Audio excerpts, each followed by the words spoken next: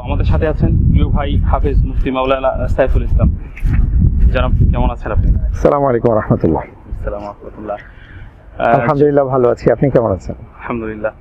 জনাব, আপনার কাছে আমরা যে বিষয়টা জানতে চাই যে কয়েকদিন হলো আপনি মিশরে এসেছেন, এসে প্রাথমিক বিষয়গুলো কি দেখলেন, আপনার কাছে কেমন মনে হলো আর কি? না, স্বাভাবিকভাবে মিশর তো একটি আর কি ঐতিহ্যবাহী দেশ এবং প্রাচীন সভ্যতার যদি আপনি মূর্ত প্রতীক বলে কোনো দেশকে ধরেন তাহলে অবশ্যই মিশর সবার আগে আমরা বলবো। তো সেই হিসেবে অবশ্যই মিশরের শিক্ষা, সংস্কৃতি, প্রাচীন সভ্যতা সব মিলিয়ে তো অসাধারণ, এটা তো বলতেই হবে। জনাব, আমাদের দেশে প্রচলিত কিছু বাক্য রয়েছে, তখন আপনি যেহেতু বাস্তবে এসেছেন, যেমন ফেরাউনকে আপনি কত হাত দেখেছেন, 60 হাত নাকি 42 হাত? আপনি কি ফেরাউন দেখতে পেয়েছেন, কিংবা এই ধরনের যদি আমাদের কিছু বাস্তবসম্মত কিছু শোনাতেন আর কি। প্রথম কথা হচ্ছে যে ফেরাউনের আপনি যে প্রশ্নটি করলেন না, এই প্রশ্নটি আসলে খুব গুরুত্বপূর্ণ প্রশ্ন না। এই প্রশ্নগুলো হচ্ছে আমাদের দেশে কিছু ঝামেলা আছে না, ঝামেলাপূর্ণ প্রশ্ন, যেমন আল্লাহ রসুল কিসের তৈরি আমরা প্রশ্ন করি, কিন্তু আপনি কোরআন এবং সুন্নাহর কোথাও পাবেন না যে রসুল সাল্লাল্লাহু আলাইহি ওয়াসাল্লামকে কিসের তৈরি এমন কোনো প্রশ্ন কোথাও করা হবে। এগুলো নিয়ে আমাদের দেশে আমরা খুব তুলকালাম করে থাকি। ঠিক এমন ভাবে এই প্রশ্নটাও সেই ধরনের, ফেরাউন কত হাত লম্বা, ফেরাউন কত হাত লম্বা কত হাত বেটে, এটা আমাদের মূল বিষয় না।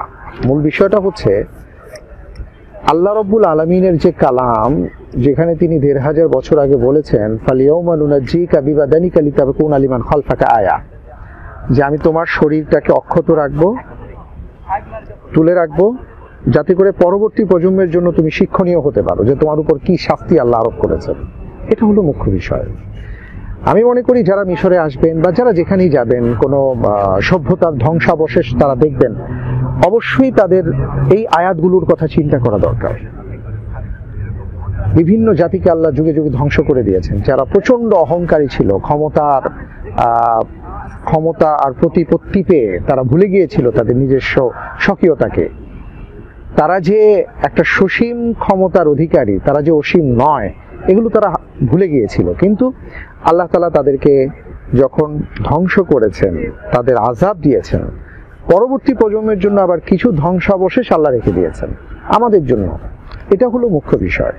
তো সেই আলোকে আমি বলবো যে ফেরাউনকে দেখার পরে ওই কথাগুলোই আমার মনে হয়েছে যে আল্লাহর কোরআন সত্য, ইসলাম সত্য, আল্লাহ সত্য, এটা যেন বারবার আরো বেশি আর কি আমাদের ঈমানকে জাগিয়ে তুলছে।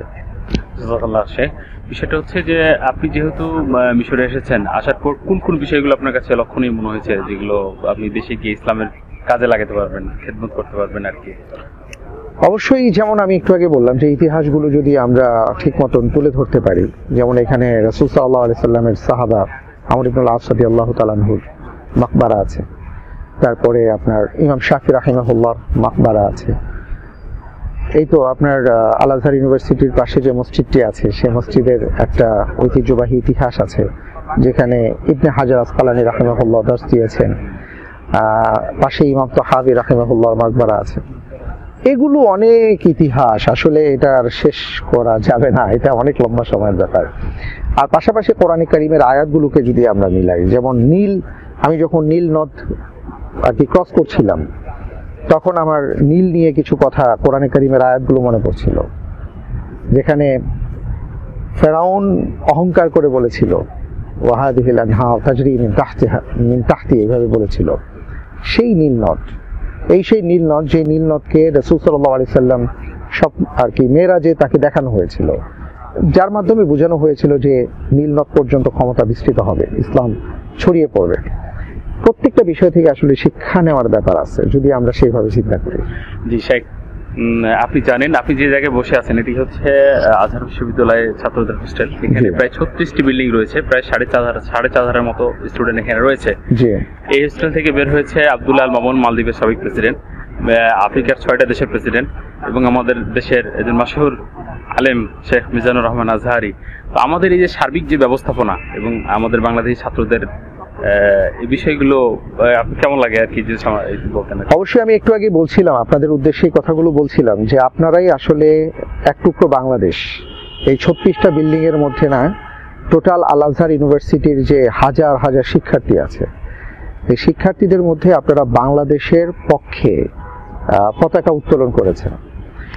আপনারা ভালো করলে বাংলাদেশ তাদের চোখে ভালো, আপনারা মন্দ করলে বাংলাদেশ তাদের চোখে মন্দ।